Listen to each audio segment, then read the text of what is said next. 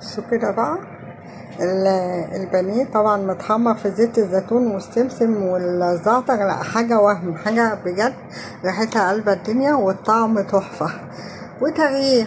بدل ما كل مرة نعمل بانيه لا ممكن نشويه، ممكن نقليه، وممكن نعمله حاجات كتير، او ممكن نعمله كفتة.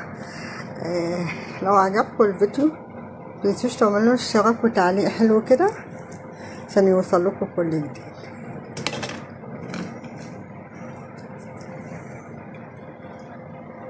السلام عليكم.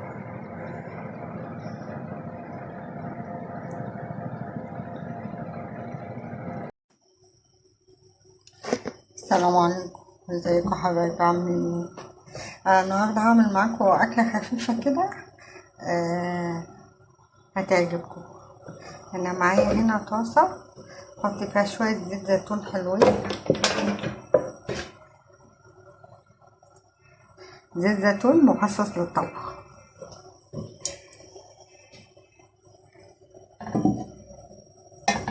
هو هنعمل فيها بانيه، مش لازم نقليه بقى كل مره، يعني نغير كده. اول ما الزيت بيسخن بنزل كده بحتت البانيه، بس هي تكون مقطعه فينا شويه عشان ايه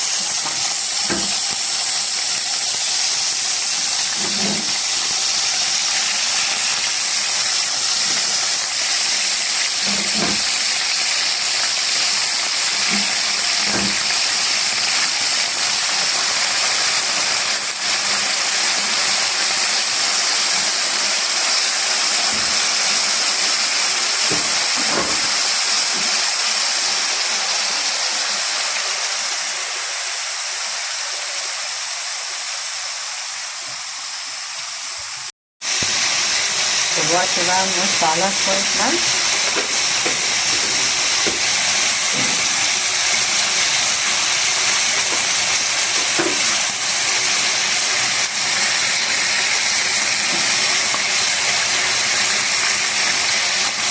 نحط شوية بابريكا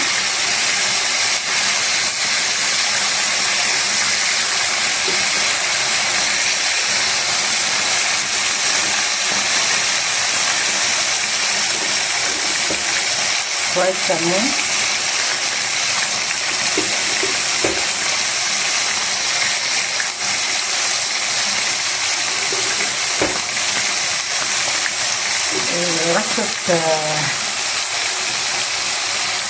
رشة جنزبيل.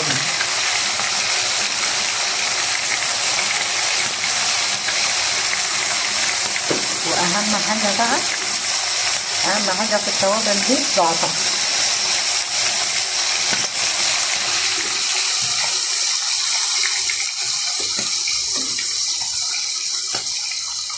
أكلة بسيطة وخفيفة جدا وصحية. بعد كده بقى هنقلبهم دلوقتي. بصوا بقى بقت عاملة زي المشوية بس بزيت زيتون، وزيت الزيتون صحي.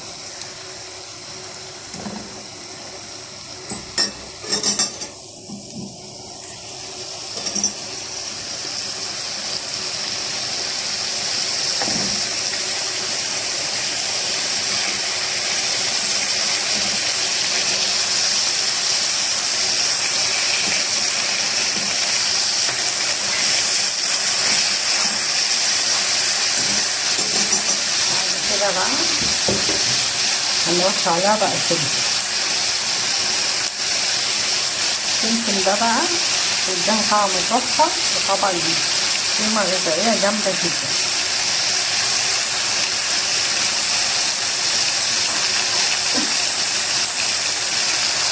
نحط عليها برضه شوية كمون تاني.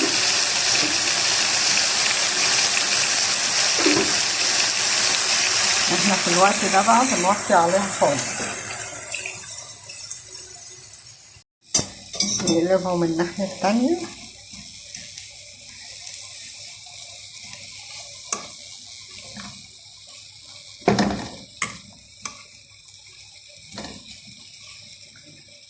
كده استوت وبقت شكلها تحفة وريحتها بقى قلب الدنيا.